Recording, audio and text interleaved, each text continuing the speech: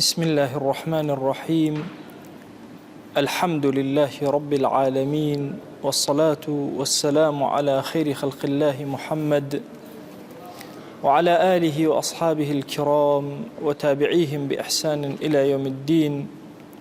ربنا أرنا الحق حقا وارزقنا اتباعه، وأرنا الباطل باطلا وارزقنا اجتنابه. ربنا آتنا في الدنيا حسنة وفي الآخرة حسنة وقنا عذاب النار. بارزان و خۆشەویستانم،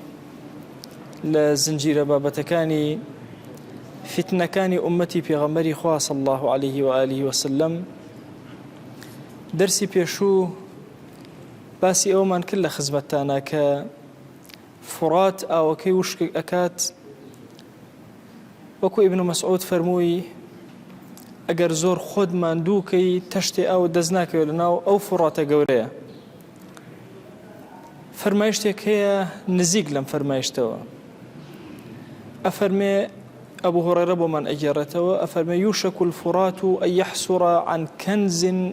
من ذهب. نزیکە کە فرات بگیرێتەوە نەمێنێ عن كنز من ذهب. لە هەندێک ڕوایەتە لە دوای گیرانەوەکە کێوێک لە ئاڵتون دەرەکەوێ. ڕوایەتەکەی ئەبو هورەیرە ئەفەرمێ فمن حضره فلا يأخذ منه شيئا. کەسێک کە لەوێ حاضر بوو بە هیچ شتێک لەوە هەڵنەگرێ.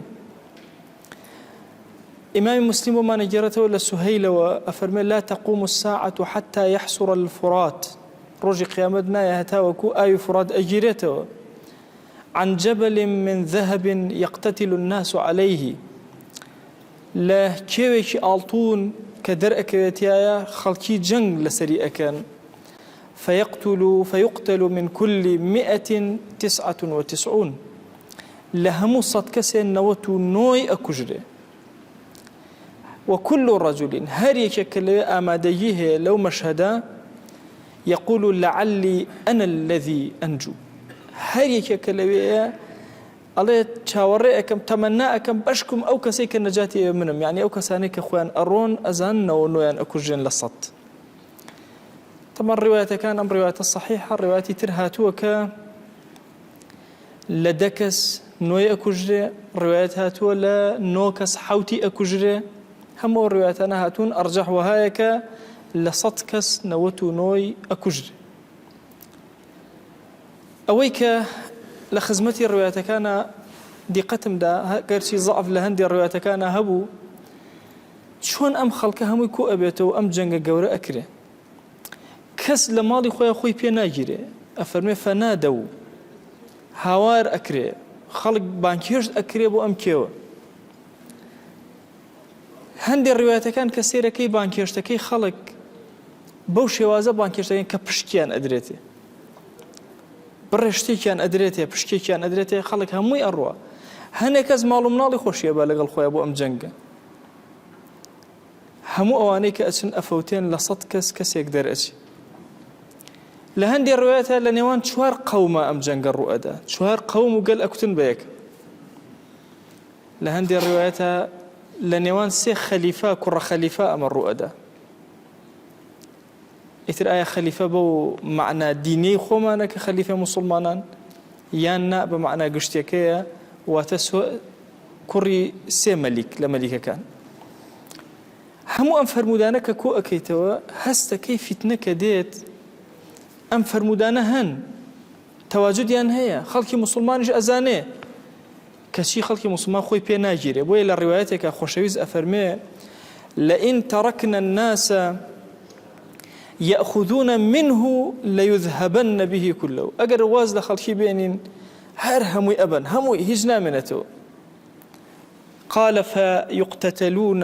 عليه. اینجا دواتر جەنگ ئەکەن لەسەری لە بین یەکترە ئومەتی ئیسلامی ڕزگاری ئەبێ، بەڵام ئومەت ناتوانێت لەمە دەرچێت، ئەکەوێتە ناو ئەمەوە، ئەمیش پەلامار ئەدا. ئەم فەرمودەیە هەندێک لە زانایان لەگەڵ فەرمودەیەکی ترە تێکەڵیان کردووە. طبعاً ئێمە کۆمەڵی فەرمودەی زۆرمان هەیە کە باسی فەقیری و هەژاری و دەوڵەمەندی ئەکا لە ئاخری زەمانە. هەردوو مەسائلەکان باس کراوە.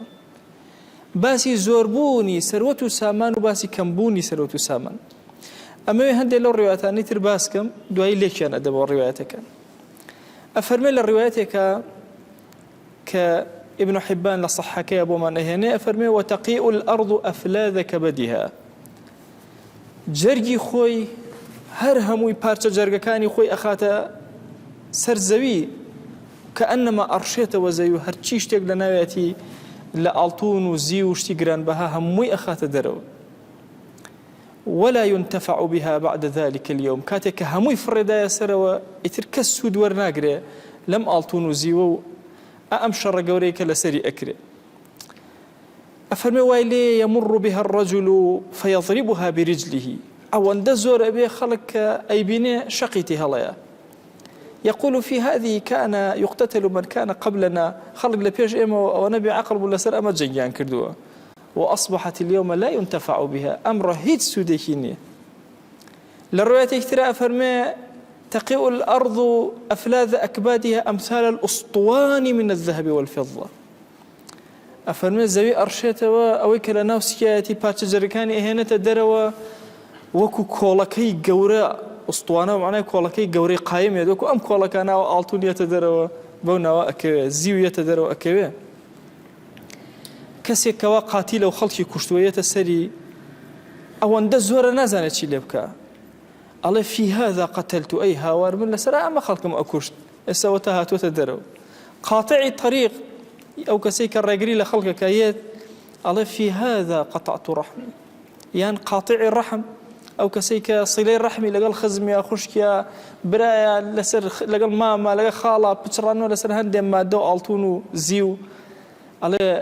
سیلەی ڕەحمی خۆم لە پێناوی ئەمە قرتە ويجيء السارق سارق دێت ئەو کەسەی کە دز بووە فيقول في هذا قطعت يدي لەبەر ئەمە بوو دەسی منیان بڕی کە ئێستا هیچ ئیسفادەیەکی نییە ئەڵێ ئەو کەسەی کە قاتیلە ئەو کەسەی کە قاطعە أو كسيك السارقة هرسكا فيدعونه رقوازي لإهنا فلا يأخذون منه شيئا هشتيك لها الناقرن أم فرمودا لقال أوي بيشوا هندق لزانان فرمان دواي بدركوتني أمكي وآلتونا آلتون هيج حرمتي نامن وزيو هيج حرمتي نامن بدراو نامنتو سنجي لجيهانا نامن برد إيسا شوانا هيج قيمتي كي نبا همان شوازي لي خلق هيج إسفادي كي لناك للرواياتك هاتووە خۆڵ چۆن وردە بەردی زۆری تیا ئەبینی ئەبەو شێوازە ئاڵتونی زۆر لەناو خۆڵە ئەبینی خەڵق قاچی پیانێ کەس لای لێ ناکات ئایا ئەم ڕیوایەتە لەگەڵ ئەم ڕیوایەتەی ترا یەکن بێگومان یەک نین بۆیە شڕاحی حەدیث ڕەیەکی جوانیان هەیە ئەفەرمون بە پێی ڕیوایەتەکان چەند جارێ ماڵ لەسەر زەویە زۆرە بێ زۆر ئەبێ وای لێ خەڵک گرنگی بە ماڵ نادا بەلایەنەوە هیچ گرنگ نابێ ئاڵتون و زیو زۆر کات باسیەوە ئەکرێت کە هەرچی دراوە نامێنێ ئاڵتون و زیویەتەوە شوێنی ئەوانە پارەکانتان بکەنە ئاڵتون و زیو یا زۆر مەسائلی تر لەو مەسائلانە کە هەمووی تەحلیلاتە ئینسان هیچ اعتیمادێکیان ناخاتە سەر و ئەم فەرمایشتانە کە بۆیە عەرستانەکەم بۆیە تەرتیبێکم بۆ دانەنا هەر جارێ شتێک لە شتەکان باسەکەم کە نزیک بێت لە عێراقەوە لەبەرەوەی ئەوەی کە لە ڕیوایەتە هاتووە بە ڕیوایەت تەرتیبی ئەم شتانە باز نەکراوە ئەوە لە دوای ئەوە دێ ئەوە لە دوای ئەوە دێ بەو شێوازە نییە ڕیوایەتەکان هەموو هاتووە زۆر محتەمەلە ئەوەی کە زانایان وتوێن ئەمە لە دوای ئەوە لە پێشەوە بێ نازانین هەمووی تەرتیب و ڕەئیە ئەوەی کە لە فەرمودەکانە هاتووە مهم ئەزانین ئێمە ئەم فتنانە ڕوئەدا کامیان لە پێش کامیان ڕوئەدا نازانین زۆرێک لەوانەیە کە کتێبی تازەیان نووسیوە وتویانە ئەم کێوە ئاڵتونە بریتیە لە الذهب الأسود بریتیە لە ئاڵتونی ڕەشکە بریتیە لە نەوت بەڵام ئەم قسەیە زۆر غەڵەت چونکە خۆشەویستمان لەو ڕیوایەتە صحیحە ئەفەرمێ وەکو ئوستوانە وەکو پایی گەورە ئاڵتونیەتە دەرەوە کەوا بوو ئەمە ناکاتە ئەوەی کە با بڵێن نەوت بێ یا غاز بێ یا شتێک بێ لەم بابەتانە نەخێر هەر ئاڵتون و زیوی حەقیقیە و ئەوەی کە پێوتێ ئاڵتونی ڕەش لەبەر ئەوەی قیمەتی ئەمە هەندێک جار ئەدرێ بە ئاڵتون بۆیە پێوتێ ئاڵتون ئەگەرنا لە حەقیقەتە لە زمانەوانیە وشەی ئاڵتون بۆ مەسئلەی نەوت و کانزاکانی ناو زەوی ناگرێت فەرمایشتێکمان هەیە ئیمامی عەلی بۆمان ڕیوایەتەکە ئەفەرمێ معدەنی کەنز لەناو فراتە ئەدۆزرێتەوە معدەنی کەنز کە باسی معدەن ئەکرێ ئێمە زیهنمان ئەچێ بۆ ئەوەی کە ئەو کێوەی کە ئەدۆزرێتەوە لە ناو فڕاتە بریتیە بێ لە کێوێک کە مادەکەی با بڵێن معدەنەکەی مادەکەی ئێمە بدۆزرێتەوە دوای بکرێ بە ئاڵتون. ئەو ڕێواتەش بە پێ ڕێواتەکانی تر لێکە درێتەوە کە خودی ئاڵتونەکە ئەدۆزرێتەوە. حدا لە هەندێک ڕێواتە ئەفەرمێ ئەگەر تەوزیع کرێ بەسەر خەڵکی سەرزەویە بەشی هەر هەمویانە کرد. ئێمە بەرەو ئەم فیتنە هەنگاوانین، ئەزانین ئاو کەمە بێتەوە. ئەم فیتنە بەرەو پیرمان دێ. ئەبێ ئینسانی موسڵمان چاوی کراوە بێ کە فیتنە هات عەرزم کردن. ئینسان ئاگای لە خۆی نامێنە شوێن فیتنەکە ئەکەوێ، ئەبێ بوەستی لە فیتنەکە. تەسەوور کە هەر یەکێک لە ئێمە جاری وایە جەنگ ئەکەین لەسەر مەعاشێک، جەنگ ئەکەین لەسەر هەموو شتێک. ئەمانەیە پشکمان هەبێ لە هەموو شتێکە. چونکە ئەمڕۆ ئەم شێوازە مامەڵە غەربیەی کە ئەمڕۆ هەیە ئینسانی زۆر زەلیل کردو. ڕەحمەتی خوا لە مامۆستا سەعیدی نورسی بێ ئەفەرمێ ئەم حەضارەتە کە هات وستی ئینسان لە عەبدایەتی ڕزگار کە بەڵام ئینسانی کردە کرێچی.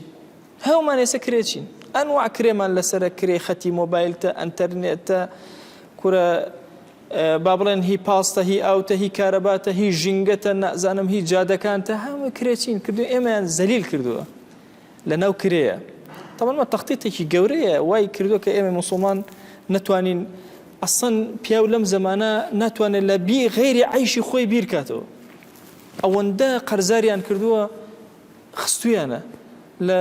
زۆرە گردە ڤیدۆیە ئەبینن کەسێک لەسەر جادە کەوتووە، خواردنە یا شتێکی ئەدرێتێ ئەکسەر ئەیدا بە کەسێکی تر کە کەوتووە. ئەو کەسانە کەسی زۆر بەڕێزن. ئەوەندە سوو هاتووەتە سەر حاڵیان وهای لێکردن کوشتونی لە ناو بازاڕە لە ئەوروپایە لەسەر جادەکان کەوتون. بۆیە زۆربوونی ماڵ لە فترەی یەکەمان نییە لە کاتی ئینحیسارە، دواتر ماڵ زۆر ئەبێ یانە لە پێشا زۆر ئەبێ. گرنگ نییە چونکە شوڕاحی حەدیثە فەرموون چەندین جار ماڵ زۆری لەسەر زەویە دروستە بێ وای لێیە کە خەڵک سەدەقەی نەوێت. بۆیە لە ڕیوایەتێکە ئەفەرمێ سبحان الله ئەفەرمێ لا تقوم الساعة حتى يكثر المال. ڕۆژی قیامەت نایە هەتا ماڵ زۆر زۆر ئەبێ فيفيض ئەوەندە زۆر ئەبێ ئینسان لە خۆی زیاترە. رب الماڵ خاوەنی ماڵ ئەگەڕێ مانوو ئەبێ هەتا کەسێکی دەستکەوێ سەدەقەکەی لێ وەرگرێ. ئەفەرمێ سبحان الله ئەوەندە ماندوو ئەبێ وای لێ هەموو کە سەدەقەی خۆی پیشانی خەڵک ئەدا. یعنی ئەم ڕیوایەتە سبحان الله ئەفەرمێ وحتى يعرضه هەر کەسە لە ئاستی خۆی سەدەقەکانی دەرەخە کاکە بە قوربان ئەمە ئاڵتوونە کێ ئەیبە ئەو ئەڵێ ئەمە زیوە کورە ئەڵێ ئەمە پارەیە ئەمە برنجە ئەمە هەموو سەدەقەکان ئەخەنە پێش چاوی فەقیر بەشکم فەقیرە تەماع بیگرێ بێت. ئەفەرمێ ئەو کەسێک کە پیشانی ئەدەن فيقول الذي يعرض عليه لا يرضى لي فيه وەخوا هیچ ئیشێکم بە من نامەوێ. بۆیە لە فەرمایشتێکە ئەفەرمێ سەدەقەی زۆرکەن پێش ئەوەی ڕۆژێ بێ کەس نەبێ سەدەقەکانتان لێ وەرگرێ. ڕەحمەتی خوا لە ئیمامی ئەحمەد بێ کە ئەفەرمێ کە سەدەقەت کرد ئەبێ زۆر مەمنونی فەقیر بی زۆر کە لێت وەرەگرێ نەک منەتکەی بەسەریە وأنفقوا مما رزقناكم. خوای گەورە ئەفەرمێ ببەخشن لەوەی کە ئێمە کردومانە بە ڕزقی ئێوە. خۆ تۆ خاوەنی نیت تۆ چیت هەیە هەمووی بەجێ ئێڵی نا ئەوەی کە من پێم داون لەوە ببەخشن. بويا أفرمت تصدقوا فإنه يأتي عليكم زمان يمشي الرجل بصدقته فلا يجد من يقبل صدقته. كرة صدقة كان خير وخيرات كان بخوار رجية بسرت أنا أقرين تا كسيت كان دسك أقرين تا كسيت كان دسك أم كس صدقة كتان لي ورجلي كستان دزناك جاري وهي شن جند شن شين أبرن الله نفرك صدقة ورجلي أجن لاي الله والله أقدر دوينه بتهنا ورما قرد نفركات بيشتو أو أندي دامه إتر بيستم بيني ورناق مجبور أياته بقول أيجرته نازن تشيل بك سبحان الله شن جارك أم حالته تكرار أبيته باش أم فرمايشتل لقر فرمايشي حسري فرات زور جواز حسري فراتو قرت نوي فراتو جنگي جيهان لسر أو كيوا ألطوني فرات فتنيكي زور قوري ئەلێرە فتنەی ماڵ نامێنێ بۆیە عالم جەنگی لەسەر ئەکا لە ڕوایەتەکانە لەبەرەوەی ماڵ هێشتا خۆشەویستە نەگەیشتێتە ئەو ڕوتبەی کە خەڵک شەقیتی هەڵباو نەیەوێ ناهەموو جیهان جەنگ لەسەر ماڵەکە، جەنگ لەسەر ئاڵتوونەکە، ئەزانێ بە ئاڵتوون ئەبێتە گەورەترین هێز و بە قووەترین هێز و دەست بەسەر جیهانە ئەگرێ. ئەم فەرمودەی پێغەمبەری خوا صلی الله عليه و آله وسلم لە صحاح هاتووە و ئیمامی مسلم و بوخاری و زۆرێکی تر لەو ئیمامە گەورانە هێناویانە کە ئێمە یەقینمان هەیە کە فوراد و شوێکە و ئەم کێوە ئەدۆزرێت، جیهان هەمووی ئەبێتە جەنگی لەسەر. ئەم واقعە ئێستا لە پێش چاومانە خۆشەویستمان پیشانی داوین. ئەبێ ئەو ڕۆژە کاممان لەسەر دەور بین و لە حەیاتا بین و چۆن مامەڵەکەین لەگەڵ ئەو ڕۆژەیە، چۆن مامەڵەکەین. ئایا ئێمە بەشێک ئەبین لەوانەی کە پارە و مادەی کوێرمانەکە شوێن جەهل ئەکەوین و ئەچینە ئەوێ و هەتا بفەوتین، یانە دوورە پەرێزی ئەگرین وەکو خۆشەویستمان فەرمێتی لە کاتی فیتنە ئەچینە شاخەکان و دوور ئەکەوینەوە، اعتزال لە خەڵکیش ئەکەین هەتا وەکو لە فیتنە پارێزراو بین. لە باسی مەسئلەی ئاڵتوون و فورات ئەگەڕێم و ئەچمە سەر فەرمودەیەکی تری پێغەمبەری خوا صلی الله عليه وسلم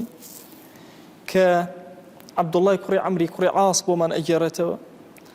ئەفەرمێن جارێ لە سەفەرێکە لە خزمەت خۆشەویستا بوون صلی الله عليه وسلم، زۆر مانوو بوون و زۆریش گەرم بوو. هەندێکمان لەژێر وڵاخەکەی خۆی خستوە بەر سێبەر، هەندێکی ترمان ڕەمەکەی خۆی دانابوو شتێکی یا و بەسەریا خۆی خستوە ژێری، زۆر ناڕەحەت بوون. لەم کاتە بانگ کرا ئەسەلات و جامعە، ئەسەلات و جامعە، کۆبنەوە. ئەڵێ زانیمان کە شتێکی گرنگ هەیە، مهمەیەک هەیە، هەر هەمومان کۆبوونەوە بە دەوری خۆشەویستەوە صلی الله عليه وسلم. ڕووی تێکردین فەرمووی لم يكن نبي قبلي إلا كان حقا عليه أن يدل أمته على خير ما يعلمه. هیچ پێغەمبەرێ لە پێش منە نەبووە حەق بۆ واجب بۆ لەسەری ئەوەی کە لە سەرشانێتی و ئەیزانێ پیشانی ئومەتەکەی بدا پێیان بڵێ، هەر خەیرێ ئەزانێ پێیان بڵێ هەتاوەکو جێبەجێکەن. وينذرهم شر ما يعلمه لهم، و ئەو شەڕەی کە ئەیبینە و لە پێش چاوێتی ئەبێ ئاگاداریان کا بیان ترسێنە لەو شەڕ. اینجا ئەفەرمی خۆشەویستمان دەستی کرد بە باسکردن، فەرمووی ئەم ئومەتەی ئێوە إن أمتكم هذه جعل عافيتها في أولها. چینەکانی یەکەم و جیلەکانی یەکەم لەناو ئەم فتنە زۆر پارێزراوە بن. وسيصيب آخرها بلاء وأمور تنكرونها. بەخوا ئەواخری ئەم ئومەتە یەک کۆمەڵ بەڵا و یەک کۆمەڵ شتانی زۆر گەورە و قورزیان بەسەریە کە ئێوە بەلاتانەوە زۆر قورسە ئینکاری ئەکەن نەشتی وا کە ڕوو بدا. وتجيء فتنة فيرقق بعضها بعضا. بەخوا فتن ڕوو ئەکەنە ئەم میلەتە فتنی زۆر، هەر فتنەیە فتنەکەی تر ئاسانتر ئەکا. چۆن خۆمان ئەڵێن ساڵ بە ساڵ خۆزگەم بە پار لە کوردەواری خۆمانە، یاڵە ڕەحمە لە کوفن دزی پێش و مەشهورە. هەر فتنەیەت ئەوەندە گەورەیە، فتنەکەی بچوو پێشترێ زۆر بەلاوە سەهل ئەبێتەوە. ئەڵێ زۆر ئاسانە، ئەوەی پێشوو زۆر سەهل بوو. ئەڵێ حتا وای لێ فتنەیەت فيقول المؤمن هذه مهلكتي. بەخوا ئەمە ئیتر من ئەفەوتێنە و تیامە ئەبا، دوای ئەوە فتنەی دوای ئەوە دێ ئەوە لا ئەچێ. ئەڵێ بەخوا ئەمەیان هەر بە تەواوی لە ناومە بە ئەوەی تر هەر هیچ نەبوو. ئەفەرمێ ئەبەم شێوازە فتنەکان بە دوای یەکەیان و جار بەجار خەستر و تونتر ئەبنەوە. فمن أحب أن يزحزح عن النار ويدخل الجنة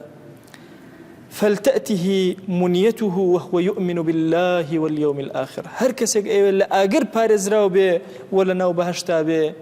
با مردن ڕووی تێ نەکا کاتێک کە مردن هات بۆی،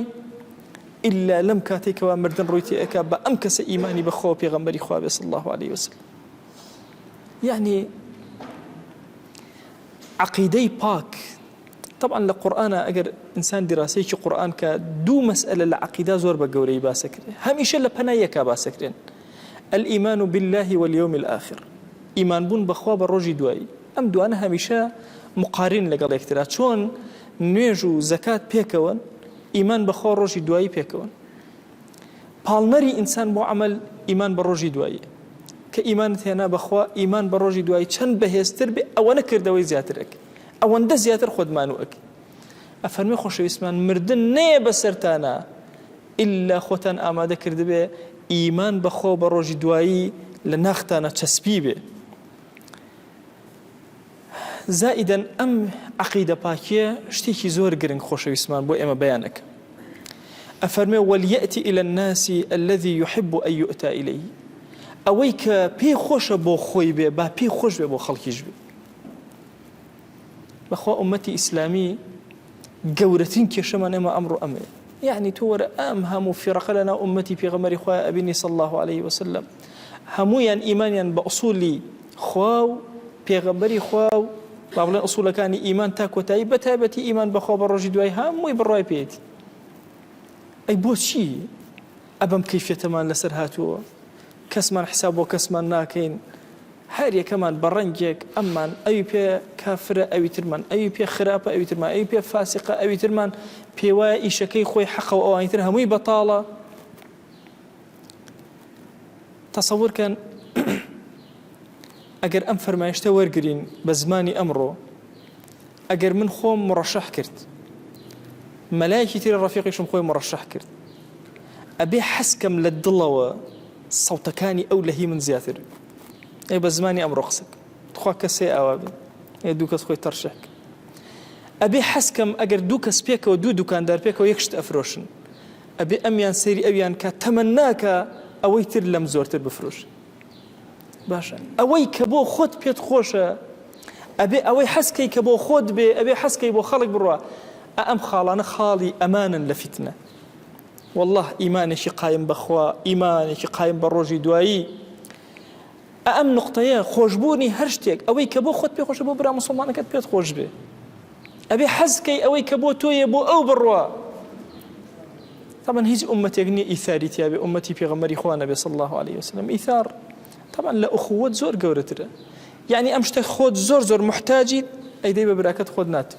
أو إيثار حتى إيثار ترجمة ناكري نازعين بيكين بكردي ناكري بإنجليزي نازعين شي اللي بكين أو شيء وشيء قرآني محضة تايبته لأمة إسلامية هي هيج أمتك أم صفتي تانية دي ورسيري حالي أمتك أمرو داعيك حزك جمهورك خوي زياتر بلا براك ملاك حزك أم زيادة خوي قربالغ تربية لدانيت تصورك أم تنافسة أبي لناخمنا هري شغل إيما أبي تمناك داواك ببارة ولا خوا بي خوش به براكي رفيقك جمهوري جورة تربية زياتر به خلق زور تربية اللي بقري شيء يعني تو تصور كي إسلام بكي لسرتو كوتو والله زور كات كساني زور جوروك وغزالي أفرمي أكون الدردي زور بشوكو يعني تصور كورا إسا خوشويستاني بيغمري خوا صلى الله عليه وآله وسلم كوكرا وبزانت شون بو يكتر آدي الرنجة كان ينشون آيات شون يكتر قبول أكن يعني تصور كأجر إيمي مسلمان لكردستان بين دين بخين السروي خومن تخوا هيج اختلافك ما نبينه حج ما نامن أجر دين حاكم ببسرمان بلام هوا ونفس آرزومان بشبشي كردين كرتي كردين رقما ليك أبيتو إتشون لفتنة بارز رابي كوتو أنت ناو فتنة لكاتي فتنة إيمان بخوا إيمان بروجي دوائي هميشه خو نوستي لبيناوي براكانا أمرز قارد أكا لكوتاي أما أفرمي ومن بايع إماما أجر كسيك إمامك بيعتي بيدا إتل لقل بيعتك أبي الرازقوبي أبي لقل أم بيعتها الرازقوبي أم دسيك خسوتنا ودسي أم إمامه أبي الرازقوانا خست بيتي ثمري ضلي خوي أبي بيشكش بإمامك يكردبي هرچی پێکرا بە عەتایکە بە ئیمامەکەی و خزمەتکاری ئیمامەکەیکە ئەگەر ئیمامێکی تر هات منازعەی ئیمامەکەی ئەمی کرد خۆشەویستمان ئەفەرمێت دوو هەمدانیان بە شمشێر بکوژن دەسێرکەن ئەگەر ئەمە تەطبیق کرایە کەمترین ڕێژەی فتنە لە ئومەتی پێغەمبەری خۆی صلی الله عليه وسلم ڕووی ئەدا لەو زەمانەی کە ابن الأشعث کە بۆم باسکردن خەڵک هەمووی بەیعەتی دابوو بە حەجاج بەیعەتیشی دابوو بە عەبدولمەلیکی کوڕی مەڕوان کەچی بيعتك يان درهنا يان بكسي كتير كخوشوي زفر مكسي دوم بكوجنا قد داي بيعتيك أمان بعكسه وبيعتي عندي يان لم أخيرانا وتصور كان شنجار هميشه لبيني الرشسبي وجنجكانا جنگ دروس أبي لحركات هرهم حركات إسلامي بإصلاحي وتصوفي وغير تصوفي وسلفي وجهادي وهرهم يو بەیعەت ئەدرێ بە کەسێک بەیعەتەکەی لێ ئەسەندرێتەوە مەشاکل دروسە بێ ناوەڵا جاری وا هەیە لە مەنتیقەیەکە دوو هێزی چەکدار هەردوو موسڵمان عەقیدە پا یەک شێوە تەب ئەکتونەیەک ئەرێ هۆکارەکەی چییە وەڵا ئەویان کۆمەڵی ئەدلەی عەقلی بۆ خۆی ئەهێنێتەوە هەوا و نەفس و ئارەزوویەتی تەبعاً ئەوی تریشیان کۆمەڵی هەوا و نەفس و ئارەزووی تەسەوور ئەەکەم کە ئەگەر مەسئلەی ئیجتیهاد نەبێ کە عولەما فەرمویانە لە ئیجتیهادا ئەو کەسەی ئیجتیهادی کرد و غەڵەتی کرد مەغفورە وەکو ئیبن تەیمیە ئەفەرمێ ئەم قاتیل و مەقتوڵە هەردووکیان لە ئاگرا بن بەڵام لەبەر ئەوەی بابەکە بابی ئیجتیهادە و ئەهلی سونە قاتیل و مەقتول لەو مەسائلانەی ئەو مەشاکلانەی کە لە عالەمی ئیسلامی ڕوئەدا بە فیننار نازانن ناتوانن ئەم مەسئلە حەسم بکەن بۆیە خۆشەویستان ئەم فەرمودانەی فیتنە دەرگایەکی زۆر گەورە لە ئێمە ئەکات و دەرگای نەجاتیشمان بۆ ئەکاتەوە والله ئەبێ لەم لەحظەوە ئێمە خەریکی پەروەردەیەکی ڕۆحی خۆمان بین ئەم صفەتە جوانەی خۆنەویستی لە خۆمانە دروستکەین ئەبێ ئومەتی خۆشەویست صلی الله عليه وسلم زۆر بەلاتەوە گەورە بێ یعنی تەسەوور کە کەسێکمان خوا زانستێکی پێدا کەسێک خوا شەخسەتی بێ کەسێک ماڵی پێدا وا تەسەوور نەکە هایتە ناو مزگەوتەوە لە خەڵک باشتری ئێمە گەنج بووین پێمان وا بوو کە ئەچوینە ناو مزگەوتەوە بە تایبەتی کە نوێژی بەیانی لە مزگەوتە حازرە بووین صەفی یەکەممان ئەگەر زۆر کاتیش ئەچوینە ڕێک پشتی مامۆساکە ئەوەستێن بەبیرمە ئەو کاتە مامۆسا عومەر ڕەشایی بە ڕەحمەت بێ یاخوا لە سلێمانی ئەو پێشنوێژی ئەکرد ڕێک لە پشتی سەری ئەوەستان پیرەکانیش پێیان ناخۆش کۆمەڵێک گەنج بوون پێمان وا بوو بەس ئێمە موسڵمانین ئەوە زۆر کات سیرمانە کرد ئەوانەی کە نایان بۆ نوێژی بەیانی لە دڵی خۆمانە بە منافقمان نەزانین ئەمە هەڵەیەکی زۆر گەورەیە بەخوا لە ئومەتی خۆشەویستە ئەبێ هاتیتە ناو مزگەوت خۆت بە خراپترین بزانی وا تەسەوور مەکە تۆ جلەکەت جوانە کۆتایی ئەم وتارە بە فەرمودەیەک لە خزمەتانە ئەبوو ذەڕی غیفاری جارێک لە خزمەتی خۆشەویستمان صلی الله عليه وسلم پێی ئەڵێ ئەی ئەبا ذەڕ ئاسێرێکی ناو مزگەوت کە بزانە باشترین کەس کێ ئەو سێرێکی ناو مزگەوتەکە کەسێک ئەبینێ ئاوە جلێکی جوانی لەبەرە خزمەکانی خۆی کۆ کردوەوە ئامۆژگاریانەکە ئاوە جوان سێرەکە ئەمە ئەمر بە فەرمان بە چاکەکە و ڕێگری لە خراپەکە ئەڵێ ئەی خۆشەویست ئەمە لە هەموویان باشتر ئەڵێ ئەی خراپترین کیە پیاوێکی جل شڕۆڵی داماوە بینێ لە سوچێکە خەوتووە ئەڵێ ئەمە خراپترینە ئەڵێ وەڵڵاهی یا ئەبا زەڕ بەقەدەر کوڕەی زەوی لەم پیاوە چوان خاسە کۆکەیتەوە لە ڕۆژی قیامەتە ناکاتە ئەندازی ئەم پیاوە فەقیر و هەژار و نەدار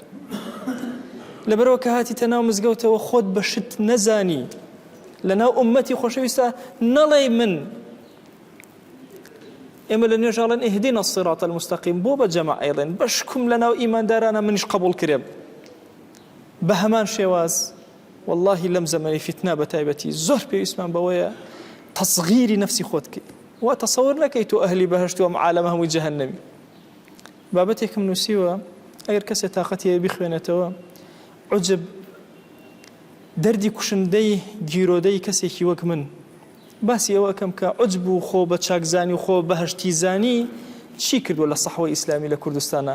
وای کردو هەموو کەسێکی ئەهلی سەحوە و ئەزانێ خۆی لە بەهەشتەوە عالەمە لە جەهەنەمە بێ ئاگا لەوەی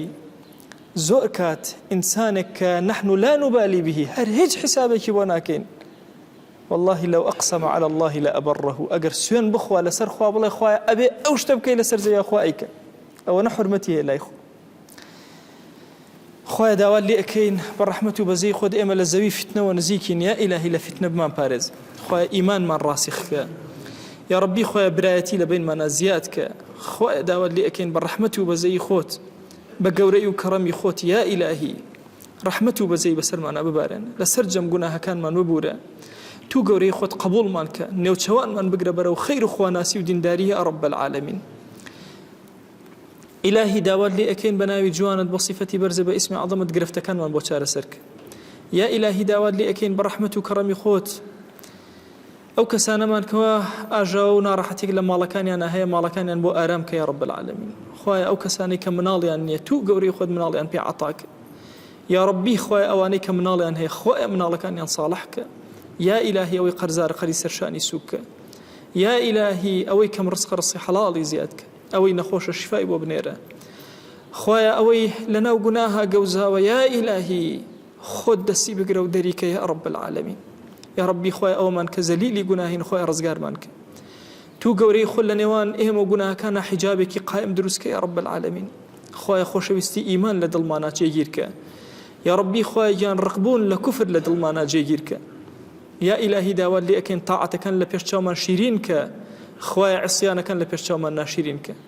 خوای داوات لێ ئەکەین قبولمان کە خوای قبولمان کە خوای قبولمان کە خوای داوات لێ ئەکەین بە ناوی جوانت بە صیفەتی بەرز بە ئیسمی عەظەمت هەر کەلیمەیە ئەیڵێن خوای لێمان قبول کە هەر کەلیمەیە ئەیبیسین خوای لێمان قبول کە خوای بمانگێڕە لەو کەسانەی کەلیماتی باش ئەبیسن و تەنفیزی ئەکەن لە حیاتی خۆیان و تەطبیقی ئەکەن یا رب العالمین خوایە ئێمە هەمومان مشتاقی دیداری پێغەمبەری خۆیان صلی الله عليه وسلم تو گەورەی خۆت یا ئیلاهی داوات لێ ئەکەین سڵاوی ئێمە بگەێنە ئەو خۆشەویستەمان یا ئەکرەم الئەکرەمین خوای یەک ناومان لە خزمەتیا بێنە یا ئیلاهی داوات لێ ئەکەین بە گەورەی خۆت ئێمە لەژێر سێبەری ئاڵای ئەوە حەشرکە بە ئومەتی ئەو قبولمان کە تو گەورەی خۆت بمان گێڕە لەو عەبدانەی یا ئیلاهی کە خۆشەویستمان لێیان عاجز ئەبێ و لێیان ناڕازی ئەبێ یا رب العالمین خوای داوات لێ ئەکەین ئەم دوعایانمان قبول کە خوای ئەم دوعایانمان قبول کە خوای ئەم دوعایانمان قبول کە آمين آمين والحمد لله رب العالمين وصلى الله على سيدنا محمد وعلى آله وصحبه وسلم تسليما كثيرا أبدا إلى يوم الدين خوای گەور لە گوناهی منیش و ئەوش بوەری خوای لێمان قبول کە